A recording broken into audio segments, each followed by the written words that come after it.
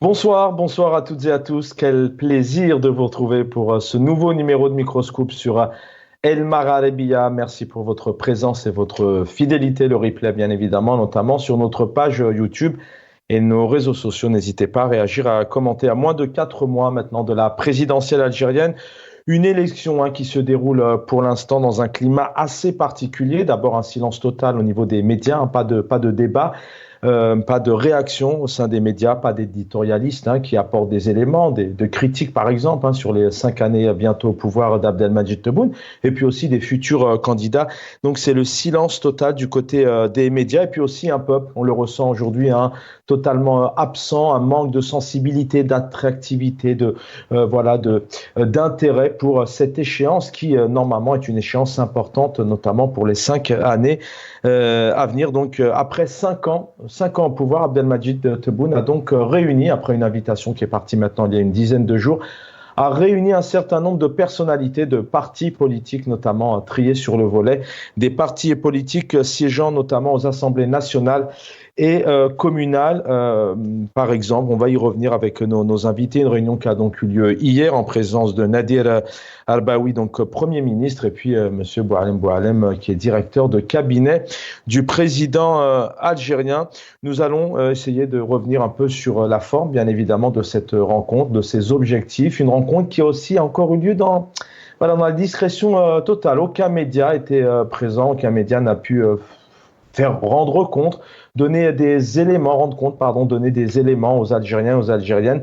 On a seulement entendu des représentants de partis politiques qui étaient présents. On les entendra tout à l'heure. Je vous en lirai quelques extraits. Mais voilà, on a quand même l'impression que c'est toujours les mêmes éléments de langage, un homme franc, ouverture, notamment les mots employés pour qualifier le président algérien. On ressent même peut-être une certaine relation, une certaine suprématie. On en verra des images tout à l'heure. Vous verrez que le salut de tous ces partis politiques sont très particuliers en Algérie. Lorsqu'on est candidat ou candidate, habillé peut-être d'une cravate ou d'un jean, en général, on salue le chef de l'État et on attend plutôt un rendez-vous important pour lui exposer ses critiques et notamment un certain nombre de mécontentements. En tout cas, ce n'est pas le cas. Donc, on y reviendra sur la forme. Une réunion où ont été évités notamment les acteurs de l'opposition, des acteurs crédibles, comme a pu le dire notamment le patron du RCD hier, donc dans le cadre de notre émission, côté de Nassar Djoudi. Entre autres, place aux invités tout de suite. Et en fin d'émission, on viendra notamment sur la présence de l'ancien Premier ministre Dominique de Villeprin, qui a annoncé donc Abdelmadjid Tebboune donc se rendra donc à l'automne prochain en France et que cela sera un rendez-vous d'État, comme il le dit. Les élections n'ont pas encore eu lieu en Algérie. Comment effectivement Dominique de Villepin peut-il parler déjà d'une rencontre d'État? Place avant tout à la démocratie normalement en Algérie aux élections. À noter aussi que El Khabar en a fait notamment sa une, a repris ces informations. On y revient en fin d'émission. Jamel Guessoum est avec nous via Skype de Paris, président du Rassemblement des Algériens de France. Bonsoir. Et le bonsoir au peuple algérien dans son entièreté. Merci d'être avec nous. Président de Riposte International. Bonsoir Ali Adjoudi, bienvenue. Bonsoir, mes salutations aux téléspectatrices et aux téléspectateurs. Merci. Et puis, militant et opposant politique, il est en Algérie. Asdin Toumi, bonsoir. Bonsoir mon ami Chaber, bonsoir à Dali, bonsoir à Section, bonsoir à tous les téléspectateurs. Merci de m'avoir invité à ce débat. Merci d'être avec nous. Ali Adjoudi, je vais commencer par vous. On va devoir vous libérer. On va commencer cette émission avec vous. D'abord sur la forme, un président algérien qui rencontre un certain nombre de partis. J'en lirai quelques extraits tout à l'heure, mais voilà, pour la plupart, parle plutôt d'une rencontre franche, d'un président ouvert. Des choses ont été évoquées, notamment d'un point de vue national, international. Pour vous, ce rendez-vous qui arrive maintenant à quelques semaines de la fin de son mandat, c'est une réelle ouverture d'esprit, de dialogue, une réelle ouverture franche du président algérien, ou est-ce que réellement c'est plutôt voilà de l'instrumentalisation? Est-ce que ce rendez-vous ne rime à rien? On rappelle aussi que voilà que le président n'a pas invité tous les partis politiques et toutes les personnalités politiques, mais seulement les partis qui siègent actuellement sur les assemblées nationales, communales et les wilayas. Tout d'abord, je salue mon ami Asdi Tony. Juste pour dire que le dialogue, le principe même du dialogue est très important et il est souhaitable qu'il y ait toujours un dialogue entre Algériens, entre partis politiques, entre les institutions de l'État. Sauf qu'il faut qu'on se dise la réalité. À l'élection de Tebboune, il a reçu les partis politiques de son choix et là, c'est pratiquement en fin de son règne. Il reçoit pratiquement les mêmes partis politiques. Maintenant, le principe de cette rencontre, est-ce que les partis qui sont partis discuter, échanger avec le président de l'État, qui n'a jamais été élu, mal élu, que le peuple ne reconnaît pas, même si les médias et les satellites du pouvoir font tout pour le crédibiliser, est-ce qu'il a fait un effort en disant que voilà, j'étais mal élu, c'est un climat spécial, je dois faire un effort pour que je sois accepté, respecté et drainer une partie de ce peuple derrière moi. Il n'a fait aucun effort. Pire encore, c'est l'étape la plus sombre, la plus noire dans l'histoire de l'Algérie. Le nombre d'arrestations autour de Tebboune dépasse les 10 présidents qui ont succédé au pouvoir depuis 1962. Et moi, ça ne m'étonne pas de ce pouvoir qui refuse de changer, qui refuse toute ouverture, qui refuse toute concession. Plutôt, est-ce que ce pouvoir a donné des signaux? Est-ce qu'il a fait un effort, des signaux d'apaisement? Non. Les arrestations sont massives. Chaque jour, on dirait qu'on est dans une guerre, pas un climat de guerre, parce que nous sommes dans un climat de guerre. Il y a un harcèlement quotidien sur les militants, sur les journalistes, la dissolution de toutes les organisations crédibles et ceux qui ont ou celles qui ont échappé à la dissolution, et ils attendent leur tour. Donc, moi, la question que je pose, qu'est-ce qui a fait convaincre, qu'est-ce qui a ramené les partis politiques à participer à ce dialogue? Est-ce que nous avons vu au moins au préalable des conditions, c'est-à-dire, voilà, on participe, mais est-ce que vous comptez, voilà, en dehors de quelques partis qui ont mis une liste de revendications ou de je ne sais pas quoi, mais il y a dans ces partis politiques une forme de radicalité. Mais c'est une radicalité de discours. C'est une classe politique soumise, une classe politique qui n'a pas condamné la prononciation de plus de 50 peines capitales. Une classe politique qui se tait, qui ne s'est pas prononcée sur ces 250 détenus, sur ces arrestations quotidiennes, sur cette justice injuste aux ordres de la police politique et aux ordres du gouvernement et de l'administration. Donc je ne vois aucun signal à l'horizon. Il n'y a rien qui s'annonce de bon, d'intéressant, de positif pour lancer un débat, c'est-à-dire ils essayent de nous faire valoir. Maintenant, vous savez, on ne peut pas rester sans président. Il nous faut un président. Vous savez, un président pour l'Algérie, c'est un figurant.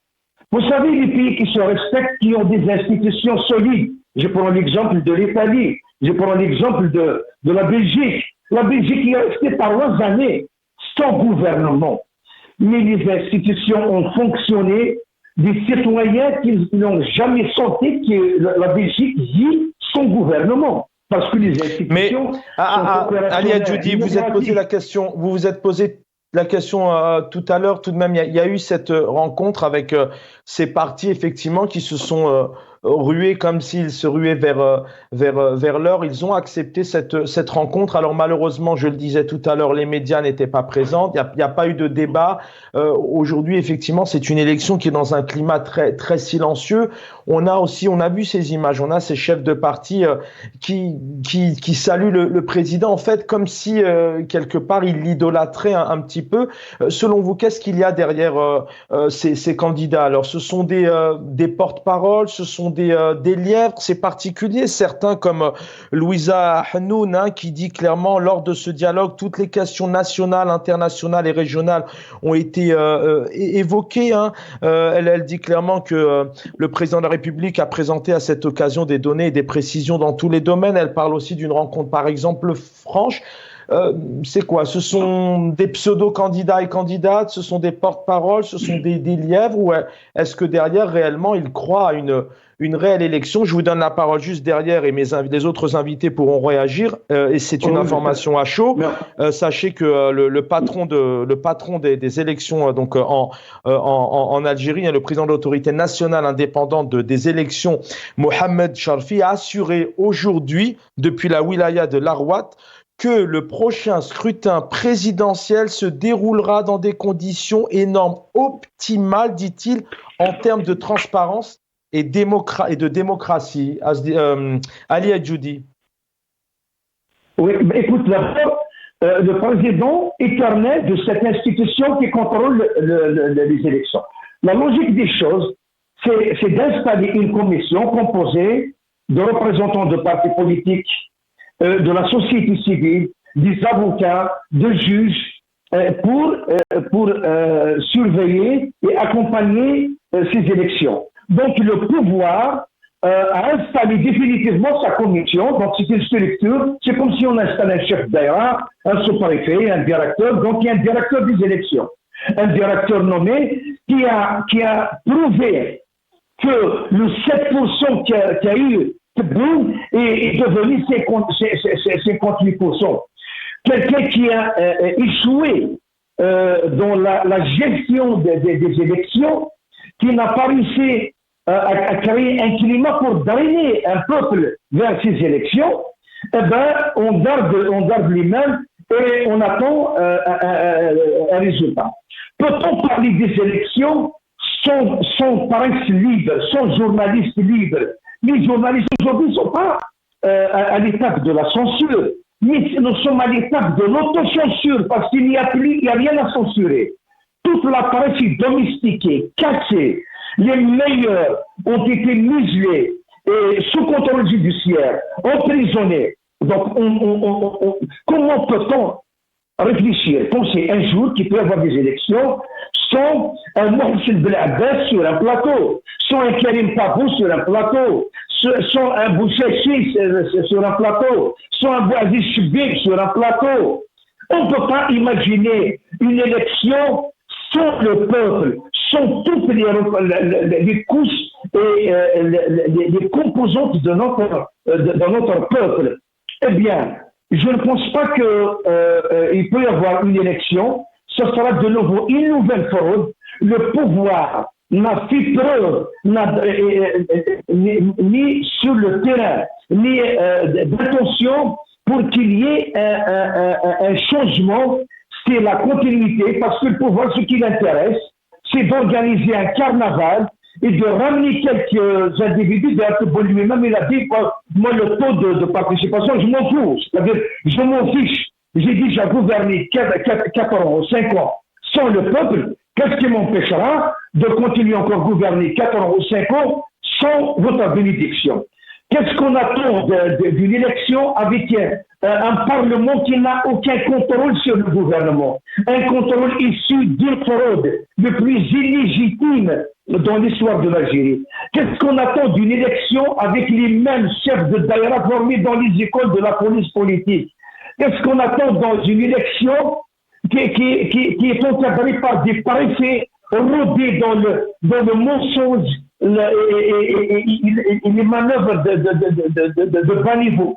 Donc écoutez, pour moi, le dialogue est souhaitable, mais le pouvoir est en train de dialoguer avec ses amis on ne dialogue pas avec ses amis, on dialogue avec ses adversaires. Ceux qui soutiennent le pouvoir, et ils l'ont prouvé depuis 4 années, ceux qui sont tous sur les arrestations massives, sur les peines capitales, sur l'assassinat de Djamel et la condamnation de jeunes de l'Arbaïn, certains n'ont même pas été sur place, ils étaient à Oran et certains en France. Aujourd'hui, on voit des offres de service. Des offres de service, ceux qui veulent avoir leur part de gâteau. Écoutez, vous avez eu votre part ces 5 années dernières. Maintenant, il y a une nouvelle place, des nouveaux opposants qui sont reconvertis comme un soutien de ce pouvoir. Ce dialogue est un non-événement. Ceux qui ont participé au dialogue n'ont jamais prononcé un mot sur les peines capitales, sur les détenus politiques, sur la domestication de la presse. Chaque jour que Dieu fait, on entend un lot d'arrestations de généraux, d'officiers, de cadres. Eh bien, moi, je me dis que ça ne sert à rien d'avoir une partie de la SABA qui a déterminé l'Algérie à la tête du gouvernement, au moment où la moitié de cette SABA, par le chef du gouvernement, des généraux, plus de par le officiers, donc accusés de détournement, qui sont dans on a volé 140 moteurs dans l'usine Fiat, eh bien, aucune démission, aucune enquête. C'est comme si c'est tout à fait normal, aucun scandale, parce que la presse est domestiquée, parce que ceux qui volent sont protégés par le pouvoir. Eh bien, dans ce climat, dans cette situation de non-État, tout, c'est un simulaire de dialogue, c'est un dialogue du pouvoir avec lui-même. Tant que l'opposition, tant que les représentants de ce soulèvement populaire depuis 2019 n'ont pas été écoutés, les revendications d'un changement, d'une assemblée constituante, de transition, de signes d'apaisement, d'ouverture médiatique, syndicale, n'ont pas été respectées. Eh bien, le peuple va bouder ces élections. Et ces rencontres ne sont que des rencontres. Merci, Ali Djoudi. Merci infiniment. Merci d'avoir été avec nous pour ces quelques minutes. Je rappelle, effectivement, en parlant de boycott, hein, vous évoquiez ce mot-là. Les chiffres sont là. On rappelle que donc Abdelmadjid Tebboune a été élu, hein, selon donc les chiffres officiels. Il a eu seulement la confiance d'environ 5 millions d'Algériens sur 25 millions. Les images étaient présentes. On y reviendra certainement dans quelques semaines. On rappelle, hein, que le rejet du peuple était dans la rue avec le Hirak, un appel total au boycott de ces élections qui devaient déjà avoir lieu en avril, donc un boycott démontré par les urnes du 12-12 2019. Donc on peut évoquer tout simplement ici un président très mal élu, puisque il n'a pas récolté assez de voix, seulement 5 millions. Quant aux partis participants à la réunion d'hier, hein, tous ces partis, notamment siégeant dans les assemblées locales ou nationales, ce que je vous disais, elles ont obtenu environ 4 millions de voix lors du 12 juin 2021. C'était les dernières législatives. Donc, c'est aussi pour vous dire que 4 millions de voix seulement. Donc, ça veut dire qu'en gros, 80% de la population algérienne a été un peu exclue hier, hein. Elle n'était pas présente autour de la table, autour du chef de l'État. Jamel Guessoum, vous aussi qui faites de la politique, président du Rassemblement des Algériens de France, des Algériens de France qui seront certainement amenés, il va falloir leur donner envie aussi d'aller aux urnes, puisque je crois que c'est ça aussi le rôle d'un politique. Cette réunion hier provoquée, il y a maintenant invité il y a 10 jours, avec seulement les partis des assemblées. Certains parlent de mascarade, d'autres disent clairement, voilà, le président est quelqu'un d'ouvert, de franc. Il est pour le dialogue. D'abord sur la forme, comment vous expliquez aussi un peu particulier en Algérie, un peu ces images, on arrive, on est content, on a le président en face de soi, alors que logiquement, non, on n'est pas content. Il y a un pays tout de même qui vit de grosses difficultés, des Algériens qui ont un quotidien de plus en plus difficile. Jamel Guessoum.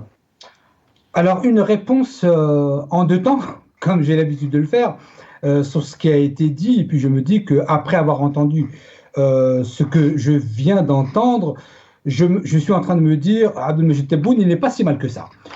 Je voudrais justement revenir en deux temps. Marie-Georges Buffet, députée de la Seine-Saint-Denis. Pourquoi j'en parle? Ancienne députée de la Seine-Saint-Denis jusqu'en 2021.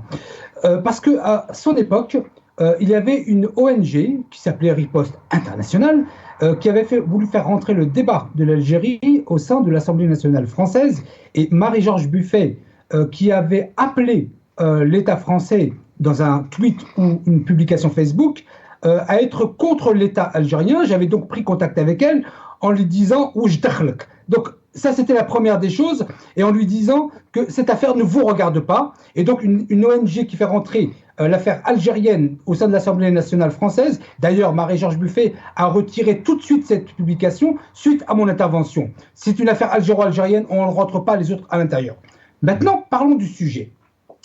Sur la question de l'élection présidentielle, bien évidemment qu'il y a beaucoup de malfaçons. Vous l'avez dit dans votre introduction, Chaben, et je l'avais dit moi-même également, comment Dominique de Villepin-Pelletier a annoncé la visite du président Tebboune avant l'élection. Donc là, de ce point de vue, il y a malfaçon. Si je ne suis pas contre une élection sur le principe, bien sûr, sur le principe, parce que toute élection, quelles que soient les conditions, autant qu'elles soient les meilleures, mais nous n'aurons pas une élection dans les meilleures conditions, je me dis que c'est toujours mieux que rien. Maintenant, je ne vais pas être réducteur en me disant que je vais me rattacher à un souffle entre mille parenthèses de démocratie. Non, mais quand vous dites c'est mieux que rien, on parle concrètement d'une élection qui a lieu en Algérie, ne tournons pas autour du pot. Est-ce que depuis, je voudrais vraiment avoir votre avis sur cette réunion d'un chef d'État qui est président sortant, qui réunit des partis politiques,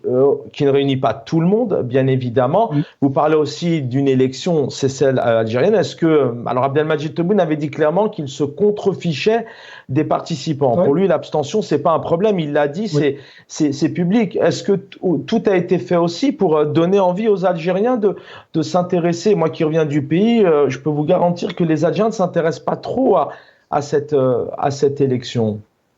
Justement, c'est lorsque je disais que c'est mieux que rien, j'ai continué mon propos en disant que je ne voulais pas être réducteur. La question de la politique algérienne, dans cette fameuse culture politique algérienne, n'a pas de sens quand on a un sens aiguisé de la démocratie.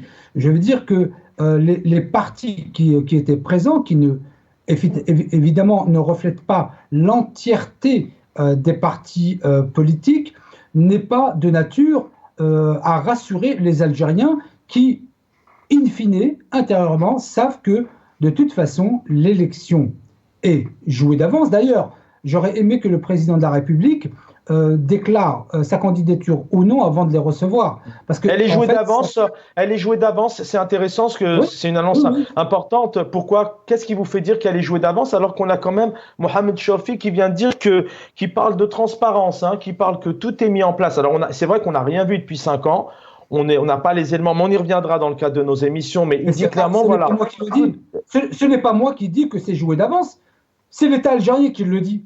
Comment on peut annoncer une visite présidentielle en novembre, je crois, ou en octobre ou novembre, alors que l'élection ne s'est pas produite? Donc ce n'est pas moi qui le dis, ce sont les autorités algériennes qui le disent. Lorsque Dominique de Villepin annonce la visite du président Tebboune, je ne pense pas qu'il l'ait fait sans l'assentiment des autorités algériennes. Donc, le fait que les élections soient jouées d'avance, ce n'est pas moi qui fais une analyse hyper perspicace. Non, ce sont les autorités algériennes qui le disent. À partir de ce moment, comment voulez-vous que les électeurs algériens soient, je dirais, aillent de l'avant et de l'entrain? Merci. On reste là-dessus, c'est intéressant ce que vous nous dites. Je reviens à vous dans un instant, Jamel Guessoum. Asdine Toumi est avec nous, il est opposant, militant politique de longue date. Asdine Toumi, quand vous avez vu cette réunion hier, vous en avez entendu parler au sein de l'APS, effectivement. Il y a toute une série d'éloges qui sont exprimés, notamment avec des guillemets de la part de plusieurs partis politiques. aucun élément d'opposition, aucun mécontentement annoncé par tous les partis présents. Asdin Toumi, cette rencontre, vous pouvez me dire aussi que le président, il est dans son rôle, hein, il est en train vraiment de travailler ses porte-paroles, de travailler peut-être ses lièvres et de travailler pour une prochaine échéance, ou alors vraiment il s'attend aussi à avoir des réels opposants. Il est en train de créer une nouvelle ouverture politique en Algérie. Asdin Toumi. Vous savez, le pouvoir d'abord, il a voulu faire croire aux gens que cette réunion est un événement politique, comme d'ailleurs les élections prochaines. Et on sait très bien que cet événement, l'élection présidentielle, le pouvoir lui a enlevé tout caractère politique dès lors qu'il avait choisi son candidat, parce que tout le monde sait que le candidat du système, celui quand il se présentera aux élections, et certainement il va gagner. Donc hier, c'est une réunion technique du moment que ces élections sont réduites à une formalité administrative, je dirais. D'ailleurs, si le pouvoir pouvait s'en passer, il l'aurait fait. Et il est tenu par l'opinion, par une obligation de tenir ces élections, sinon, voilà. Donc, hier, c'est une réunion technique où il a rassemblé ses comités de soutien. Moi, je ne vois pas de classe politique, malheureusement. C'est vrai que ces images, gardez en tête ce que vous avez à nous dire, mais c'est vrai que ces images, elles sont en train de passer, ces images.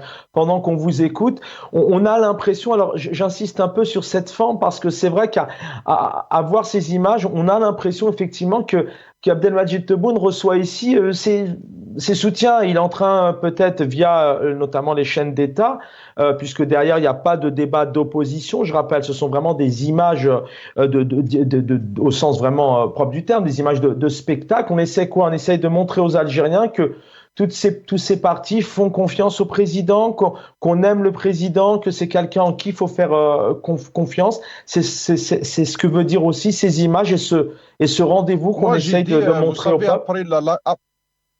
Après la réunion si ma mémoire est bonne, du 27 décembre 2023,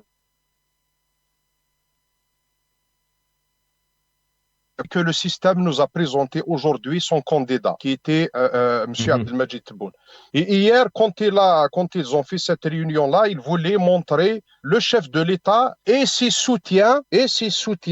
Après, chacun dans son rôle. Il y a celui qui a un rôle de lièvre, l'autre il a un rôle de soutien, un autre il a un rôle d'un petit opposant, c'est un faux opposant. Chacun il a son rôle, mais en tout cas, ses soutiens ont argument à caractère politique, parce qu'il viendra d'autres réunions, d'autres événements, d'autres carnavals où ils vont montrer la société civile, donc les soutiens dans la société civile.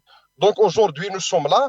Et puis, moi, je crois que dans cette réunion, d'abord, il y a les habitués, il y a ceux qui sont rodés dans la chita, dans l'applaudissement, avec Bouteflika, comme le FLN, le RND, certains partis, même le PT, il était dans les soutiens de Bouteflika. Donc, tous ces gens-là, donc, qui étaient là, qui sont rodés déjà dans ce genre de spectacle. Mais quels vont être leurs rôles? Que pourrait être? On essaie vraiment aussi de comprendre un peu. Alors encore une fois, il n'y a pas eu de médias précis qui ont été vraiment à l'intérieur, écoutés, conférences de presse, filmer aussi ce rendez-vous, comme ça peut exister dans certains pays. Mais voilà, par exemple, selon certains et nombreux sur les réseaux sociaux, ils disent clairement que l'Algérie nouvelle est une image renouvelée, notamment d'une ancienne Algérie sous l'ère de Bouteflika, qu'ils affirment que cette nouvelle Algérie n'est pas différente que les homologues, notamment d'Abdelmadjid Tebboune, qu'on retrouve, et ils parlent même d'une réunion de minorités. Asdin Toumi, selon vous, hein, vous qui êtes aussi acteur de la politique, quel va être le rôle demain de messieurs Ben Grina, de madame Hanoun par exemple, de monsieur Aouchiche? Le FFS était aussi présent, un parti quand même qui pèse lourd dans les revendications, dans la volonté d'avoir un État libre, un État de droit. Je voulais continuer sur mon idée, mais quel rôle vont-ils jouer? C'est le rôle que le pouvoir leur donnera. c'est le rôle que le pouvoir leur distribuera pour tout un chacun. Après, j'ai dit, il y avait les habitués, il y a les tout nouveaux, comme le parti que vous venez de citer, qui est le FFS. Et je pense que le pouvoir, dans toute cette réunion, ce qui était important pour lui, c'est de montrer aux Algériens qu'il a enfin le FFS avec lui. Parce que quand même, le FFS, avec son label, avec son histoire, il constitue quand même, c'est pour ça que les gens étaient sidérés de voir ces personnes. Et si vous avez remarqué, même sur les images de la télévision nationale, etc., ils sont revenus longuement sur cette séquence où il y avait la rencontre du chef de l'État avec ce responsable moi, je ne sais pas. Je ne sais pas d'abord ce qu'il représente le peuple, mais est-ce qu'il représente d'abord le FFS? Je ne sais pas. Moi, je ne suis pas militant de ce parti, mais en tout cas, je vois qu'ils ont le cachet, ils ont le siège, mais je ne sais pas est-ce qu'il représente le FFS ou pas. Mais en tout cas, c'est contraire au principe de ce parti qui nous a habitués pendant des années du temps du feu Hussein Aït Ahmed Rabbi Yarhamou et du temps de Karim Tabou quand il était responsable, on a vu ce parti à chaque fois prendre ses responsabilités face à des événements politiques importants et historiques dans le pays. Il est resté cohérent et voilà, nous sommes aujourd'hui devant un processus qui avait commencé il y a plus de 10 ans. Donc, cette quête d'aller vers la récupération de ce parti historique. Donc, nous sommes devant cette image-là. Donc, tous ces gens qui étaient là, je pense qu'il y a... Après, est-ce que ça va être médiatisé? Moi, je pense peut-être, je ne sais pas, qu'il y aurait le discours qui avait été prononcé par le chef de l'État après des coupures de la censure, je ne sais pas, des retouchements, etc. Donc, il va être peut-être diffusé sur la télévision, peut-être pas, je ne sais pas. Mais en tout cas, l'image que voulait, le message que voulait envoyer le pouvoir, c'est d'abord par rapport au FFS, parce que tous les autres, ça ne choque personne. Et puis, c'est une situation normale qu'un Benguerina, que le FLN, que le Hamas, que le RND soit le soutien du chef de l'État. Ce que vous voulez dire, c'est que le pouvoir a réussi hier, notamment une nouvelle carte, a réussi à mettre le FFS dans sa poche pour le pouvoir. Hier, c'est tout nouveau. Moi, je ne pense pas que ce parti puisse être récupéré par quiconque, ni par le pouvoir, ni par quelqu'un d'autre. Je pense que voilà, c'est un groupe de personnes qui ont le cachet dans leur poche. D'ailleurs, le cachet qui a été attribué par la justice, et on sait très bien comment la justice elle fonctionne en Algérie. Donc, moi, je m'arrête là sur ce point. Donc, voilà, donc l'événement politique que les Algériens attendent de cet événement qui est l'élection présidentielle est complètement enlevé par le pouvoir. Donc après avoir éliminé l'activité politique sur le terrain, après avoir éliminé les vrais opposants, tout ce qui est authentique dans la politique, dans les syndicats, dans les associations, dans la société civile, le pouvoir a préféré travailler avec son opposition, sa classe politique, qui est complètement une classe politique fausse, qui ne représente rien. Moi, quand vous avez dit les Algériens, c'est vrai que les Algériens se désintéressent de la politique de ce pouvoir. Je vous le jure que les Algériens ne connaissent même pas le nom de chef de gouvernement. Ils ne connaissent même pas les membres du gouvernement. Les Algériens ne connaissent pas leur ministre. Donc, voilà ce que ce pouvoir nous a.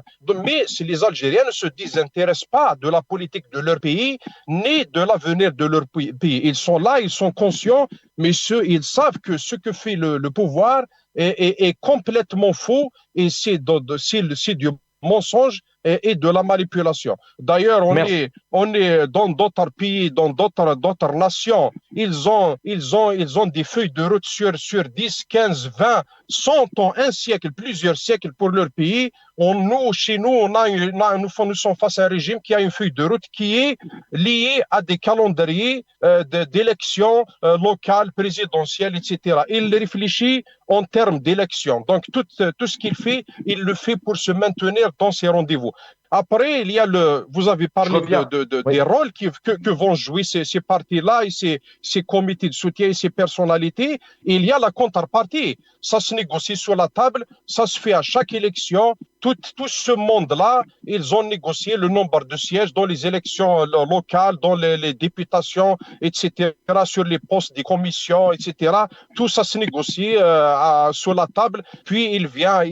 Donc aujourd'hui, les élections, il y a la décision. D'ailleurs, le chef de l'État, quand il a vu l'avancement de la date des élections, quand il a vu ces techniques, il avait raison, quelque part il avait dit vrai. D'ailleurs, moi j'avais dit qu'il a dit vrai à l'époque, parce que c'est vrai, il n'y a plus d'événements politiques, ce n'est que technique, et il reste le carnaval, le show, le grand show, le jour des élections, avec les queues devant les bureaux de vote, et on filme, etc. Donc ça, c'est le carnaval final. Merci. Restez avec nous, Azin Toumi. Je reviens à vous dans quelques instants. Avec nous, Jamel Gessoum. Vous avez un peu de temps de retard de temps de parole. Jamel Gessoum, je voudrais qu'on s'intéresse même à une question. Quand on fait partie aussi de la diaspora, qu'on va être ramené, je pense que vous allez faire ce travail, vous qui êtes président de cette association, vous allez être ramené à discuter certainement avec les Algériens de France, à ce qu'ils se rendent dans les urnes un 7 septembre. Alors, est-ce que là encore, tout n'est pas fait aussi? C'est une question qui se pose. Est-ce que tout n'est pas fait pour dire aux Algériens ne votez pas? C'est la rentrée scolaire, la rentrée sociale. On sait combien, notamment dans les pays européens, il y a ces forums des activités culturelles, sportives. On rentre de vacances pour certains. En Algérie, on n'en parle même pas. Quand on voit aussi ces rendez-vous, parfois qui relèvent un peu de certains scénarios où on manque de percutance, on manque d'éléments, de débats, de contradictions, de réactions, etc. Comment on peut inviter les Algériens et les Algériennes d'Algérie, mais aussi du monde à faire confiance au système algérien, à faire confiance en la politique algérienne, faire confiance aux urnes du 7 septembre prochain? Il faut avoir, je pense, une analyse tridimensionnelle sur cette question. Elle est aussi bien tridimensionnelle que sociologique, puisqu'il y a 3, en gros, catégories dans la diaspora. L'extrême majorité des personnes qui sont nées à l'étranger, pour le coup en France, dont je fais partie, et qui représentent à peu près 80%. Vous avez une autre partie qui sont nés, ont vécu en Algérie, ils sont venus tardivement, entre parenthèses, entre les années 80-90 et jusqu'à aujourd'hui. Puis vous avez une autre catégorie que sont les personnes âgées. Les personnes qui votent, en général, ce sont les personnes âgées. C'est la raison pour laquelle il y a en général une participation de l'ordre de 3,75% des électeurs. Et j'ai pour coutume de dire que même en bon musulman, s'il y avait 3,75% d'alcool dans une bouteille, je pense qu'elle serait halal. Sur cette question précisément, ma position, quelle est-elle? Elle est clivante, parce que je respecte le président de la République, Abdelmadjid Tebboune, pour ce qu'il est. Pas pour forcément sur ce qu'il représente, mais sur ce qu'il est. Mais je ne voterai pas pour lui. Pour des questions, je dirais, essentielles, et c'est là où je tenterai de convaincre la diaspora algérienne, dont l'extrême majorité. Il faut savoir aussi qu'une petite partie de votants qui sont venus tardivement d'Algérie, en général, ne votent pas pour non, mais je pousse un peu ma question. Alors, Abdelmadjid Tebboune ou quelqu'un d'autre, mais on ressent aujourd'hui, c'est une réalité. D'abord, les dernières élections, il y a le 12-12-2019, mais il y a eu les communales, il y a eu les législatives, il y a eu le référendum de la Constitution le 1er novembre 2020, si je ne me trompe pas. Il y a un qualificatif, c'est le boycott. On ressent aujourd'hui, et vous êtes allé aussi au pays dernièrement, vous le voyez dans les médias, absence totale, au sein dans les cafés, dans les discussions, il n'y a pas cet engouement. Donc, on ressent tout de même un rejet. Donc, aujourd'hui, est-ce qu'il est réellement possible de jouer son rôle d'électeur? Est-ce que réellement on peut dire aux Algériens, ayez confiance en ce système au-delà de la personne du président Tebboune? Mais dans votre question, Chahben, il y a déjà la réponse. Vous me facilitez la tâche. Lorsque je parle de 3,75%, on peut le traduire de différentes manières. Des intérêts, boycott, quels qu'en soient les fondements politiques, c'est un aveu d'échec, en tout cas, sur la question démocratique. Et si je dis que l'extrême majorité, 80%, ne participe pas aux élections algériennes, c'est principalement pour une raison, et je vais moi en ajouter une deuxième. Principalement, c'est que d'abord, il n'y a pas de lien réel et fondé. Le père de la patrie, Abdelmajid Tebboune, et tous les présidents précédents n'ont jamais joué le rôle de père de la patrie, et en l'occurrence, de donner des droits identiques à la diaspora que celle qui est née et qui vivent en Algérie, à tel point, et c'est la raison pour laquelle je ne voterai pas, et j'appellerai mes compatriotes, celles et ceux qui me ressemblent le plus, à ne pas mettre dans le lion le bulletin Abdelmajid Tebboune, pas pour une question personnelle, mais à partir du moment où le président de la République valide un article de loi qui est un acte politique majeur et très grave, et qui tend à considérer la diaspora algérienne comme des indigènes, comme des Algériens de seconde zone, parce qu'ils n'ont pas les mêmes droits que les autres. C'est une question politique, une question essentielle, et je ne pourrais pas, en tout cas pour ma part, voter pour le président de la République ou appeler à voter pour lui, tout en sachant qu'il promulgue des lois qui font de moi un sous-homme. Donc, comme je ne suis pas frappé par le syndrome de Stockholm, je n'aime pas mon bourreau, voyez-vous, je ne vais pas voter pour lui. Donc, il y a dans votre question l'ensemble je dirais, de la mosaïque qui fait que nous sommes à peine à 3 et quelques %. Ce qui est Mais quand on fait ce constat-là, réellement depuis 5 ans, encore une minute là-dessus, je voudrais qu'on écoute Azine Toumi derrière, mais c'est-à-dire que depuis 5 ans, même si on a ces images et puis même si on a l'impression que tout est bien dans le meilleur des mondes, ce qui concerne les élections en Algérie, rien n'a été fait aujourd'hui. Il y a un désintéressement total pour cette élection. Pourquoi ce pouvoir ne veut pas bouger? Est-ce que ce pouvoir ne veut-il réellement pas se préoccuper justement de cet état de droit, de cette démocratie, de donner envie de faire de la politique? Alors, il faut séparer les choses. C'est-à-dire que la culture politique algérienne telle qu'elle est conçue et organisée en Algérie est illisible pour l'ensemble de la diaspora, et encore moins pour celle qui est née à l'étranger. À côté de ça, parce qu'il faut être objectif, il y a des choses qui sont faites par le pouvoir en place et par le président de la République. Je veux dire que lesquelles, par exemple, sur la question de la sécurité alimentaire, sur la question de la sécurité et de l'armée qui a été reconnue au sein même de l'Assemblée nationale comme étant une armée particulièrement efficace. C'est le mot du président de la commission de défense de l'Assemblée nationale. C'est ce qui préoccupe les Algériens et les Algériens tous les jours. L'armée, c'est vrai que le pouvoir on parle souvent. Je vais essayer de vous redonner la parole dans un instant. Le temps passe très vite. Azine Toumi, une réaction aussi peut-être là-dessus. On peut comprendre malgré ces efforts, malgré ces rendez-vous que tente d'organiser le pouvoir, il y a effectivement un désintéressement total du peuple algérien pour notamment ces échéances électorales. Et puis d'un côté, on a quand même une certaine élite politique. Il y a des partis qui ont envie des personnalités comme vous, comme Karim Tabou, comme Mohsen Belabbas, comme Athman Mazzouz aussi au RCD. Il y a des personnalités, Fethi Herrez, qui ont envie de faire de la politique, mais qui sont contraints. Ali Belhadj aussi, qui aimerait bien faire de la politique, qui ne peut pas. Comment aujourd'hui faire bouger les choses? Comment peut-on faire comprendre au pouvoir algérien qu'il y a un certain nombre de personnalités qui ont envie, eux, de dire réellement les choses, et il faudrait demain les entendre? D'abord, il faut résister, il faut faire tout, sensibiliser les gens pour retrouver le droit de faire de la politique, le droit d'exercer de la politique en Algérie. Il y a un problème de liberté qui se pose aujourd'hui.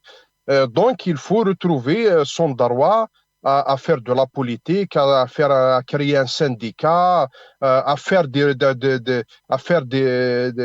manifestations sur le terrain pacifique, à s'exprimer sur les réseaux sociaux, etc. Donc, d'abord, ça, c'est une urgence. après, il faut pas devenir complice de ces mascarades. C'est pour ça que nous restons toujours prudents dans ce genre d'événements et nous essayons par tous les moyens de sensibiliser la société pour dire attention, le pouvoir, il est dans la manipulation, que rien n'a changé, que ces élections ne sont qu'une formalité administrative, que la décision a été déjà prise d'ailleurs. Tout le monde reste sidéré devant ces étrangers qui sont déjà convaincus et qui font de telle sorte qu'ils sont convaincus que le prochain président après septembre, ça serait le chef de l'État actuel. Donc voilà, il y a un manque de respect important du peuple algérien et de la vraie classe politique en Algérie. Tout est fait selon vous? Oui, oui. Pardon? Tout est fait selon vous, et je voudrais avoir votre réaction aussi sur Dominique de Villepin, ancien Premier ministre, qui évoquait sa visite à Alger et qui disait clairement qu'il y aurait ce rendez-vous, cette rencontre d'État entre Abdelmadjid Tebboune quelque part et puis Emmanuel Macron, alors que les élections n'auront pas eu lieu, sans compter qu'Al-Khabar en a même fait une réaction là-dessus. C'est comment Dominique de Villepin peut-il annoncer ça, ingérence, pas ingérence, et puis derrière il y a El-Khabar aussi qui est peut-être dans son rôle, vous me direz, mais question tout de même. D'abord, revenons sur est-ce que les jeux sont faits. Moi, je pense que oui. Je pense que nous sommes devant une élection qui est complètement verrouillée, qui est complètement fermée, sous contrôle du pouvoir à tous les niveaux. Donc, ils étaient en train de travailler sur ça depuis des années déjà, à travers les walis, les chefs d'aïra, l'administration locale, etc., pour enrôler des jeunes, mobiliser dans les quartiers des associations, etc. Mais au final, c'est un recrutement qui a été effectué à une sorte de maillage de la société algérienne sur le plan géographique et sur le plan démographique, sociétal, pour remplacer, dans leur tête, pour remplacer le Hirak et avoir le contrôle de la société. D'ailleurs, hier, dans cette réunion, on a vu des personnalités complètement soumises qui étaient là en train elle était contente de serrer la main au chef de l'État, or que un parti politique, son rôle, il est dans la rue, pas dans la rue au sens de dans la rue, mais dans la société, dans la population. Un parti politique, c'est un parti qui porte les revendications de la population. C'est pas un parti politique qui doit être entre les bras du pouvoir et se contenter de quelques postes, de quelques sièges dans les APUI, les APC et l'APN. Donc voilà, donc nous sommes loin de ce modèle démocratique et politique qu'espère avoir le peuple algérien bien avant le Hirak, depuis l'indépendance. Après, pour la visite de l'ex-premier ministre français en Algérie, je pense que voilà, après des ondes de turbulence, je pense que on a été toujours habitué à ce genre de situation. Il y avait des hauts et des bas. Peut-être nous sommes devant une situation où les relations vont être rétablies un petit peu, plus ou moins, parce qu'il y a des priorités politiques, notamment l'Algérie. À la des élections, elle doit convaincre l'opinion internationale et le premier à convaincre, c'est la France. Il faut l'avoir comme allié dans ce genre d'événement. Il ne faut surtout pas avoir des ennemis sur le plan politique par rapport des opposants au deuxième mandat de chef de l'État. Donc, ils sont en train de préparer cela et c'est connu, M. Dominique de Villepin, c'est un homme politique de qualité, apprécié par notamment le monde arabe, le tiers-monde. La position aussi sur le Proche-Orient. Merci Yazdine Toumi, merci d'avoir été avec nous. Plus ou moins correct et juste, et donc il est le symbole de l'apaisement Donc, il suscite l'apaisement après des zones de tension qui ont suscité de l'inquiétude, notamment de la diaspora. Donc, c'est un message pour la diaspora, pour le rétablissement des relations avec la France et pouvoir la mobiliser. Encore une fois, l'objectif n'étant pas pour son bien, mais pour la mobiliser comme l'histoire des cartes d'identité pour le voyage, de l'enrôler, de la mobiliser pour les élections. Merci infiniment. Voilà, juste quelques mots. Le FLN qui a salué la voie du dialogue et de la concertation. Le président du Front, El Moustaqbel, notamment Fatah Boudid, qui lui a indiqué qu'une rencontre d'une telle envergure avec les partis dénote le niveau élevé et la démarche du président. Le mouvement Albina Abdelkader Ben Grena, on en parle assez souvent, a indiqué que l'ordre du jour de cette réunion était ouvert en toute liberté, saluant notamment la disponibilité du président. Jadid aussi était présent, a affirmé avoir présenté lors de cette réunion une vision sur la participation de son parti. Voilà, ils sont la plupart d'entre eux sont revenus un peu sur les mêmes éléments de langage. Avant de se quitter, donc on me dit qu'Ali Adjoudi vient de nous rejoindre pour apporter peut-être un élément de réponse, un droit de réponse ou une rectification. Ali Adjoudi, très rapidement, je dois rendre l'antenne. Oui, bien sûr. S'il vous plaît. Non, c'est pas un droit de réponse. On dit souvent les munitions sont précieuses. Et le gibier ou la cible ne vaut pas le coup. Ça ne mérite pas. En arabe, on dit Zakhira Zamina. Wilfarisa Rafisa. Donc, je ne vais pas polémiquer. Sauf que ce personnage nous a déjà attaqué en 2021 quand on a rencontré Mme Georges Bisset. Que les gens aillent sur Google et cherchent qui a reçu de l'argent du Conseil général qui a été poursuivi en justice. Que ces gens qui passent leur temps à discréditer l'opposition. On n'a pas découvert le militantisme en 2019. Nous sommes des militants du terrain depuis plus de 35, 37, 40 ans. La composante de Riposte internationale, c'est des anciens militants. Le dernier parmi nous, elle a milité 20, 25 ans. C'est des cadres, c'est des patriotes, c'est des enfants de Moudjahidine. Moi, je connais le passé révolutionnaire de mon grand-père et de mon père. Que les gens aillent chercher le passé révolutionnaire de leur famille. Moi, je ne suis pas un lèche-bot. Nous avons rencontré les représentants des sociétés civiles. Le Parlement européen, c'est une représentation de la société civile et pas étatique. L'Assemblée nationale française, nous avons rencontré Mme Georges Bisset, et bien sûr, c'est une représentante élue de la société civile. Merci. On a jamais rencontré des gens du pouvoir juste pour dire que nous continuons notre mission de défendre les détenus, les droits de l'homme, la transition, une véritable démocratie. Et on dit souvent que la caravane passe, les chiens aboient. Merci à Ali Adjoudi, Riposte Internationale qu'on ne présente plus. Jamel Gessoum est avec nous. Vous répondez. Vous venez de m'envoyer un message, on ne cache rien. Vous m'avez demandé un droit de réponse. Vous le ferez dans une prochaine émission. Il est 20h54. Je dois rendre l'antenne. Ça prend 30 secondes. Vous ne pouvez pas faire ça. Alors, vous avez 20 secondes rapidement, s'il vous plaît. Très rapidement. Je ne suis pas seul. J'ai mon ami Jamaldine Benjenoub juste derrière et j'ai Jamaldine Taleb. Allez-y. Riposte internationale est toujours dans cette mesure. J'aurais pris des fonds du Conseil général, il y aurait une plainte. Dans ces cas-là, je lui demande de le prouver de la manière la plus concrète. Vous êtes un menteur, vous êtes un traître à la nation. On aura certainement le plaisir de vous réunir tous les deux. Vous échangerez, Jamel Gessoum. Prouvez ce que vous dites. Moi, j'ai prouvé ce que j'ai dit. Jamel Gessoum, merci, mais l'antenne est ouverte, on se reverra tranquillement. Certainement, je dois rendre l'antenne. Je suis désolé vraiment à tous les deux. Azim Toumi, merci d'avoir été avec nous. Jamel Gessoum, merci infiniment d'avoir été avec nous. Et merci donc à Ali Adjoudi, l'équipe en régie, merci infiniment pour le travail que vous faites pour nous accompagner. Dans un instant, Jamaldine Benchenouf et juste derrière mon ami confrère Jamaldine Taleb. Demain soir, j'aurai le plaisir de vous retrouver, je l'espère. Prenez soin de vous, bonne soirée.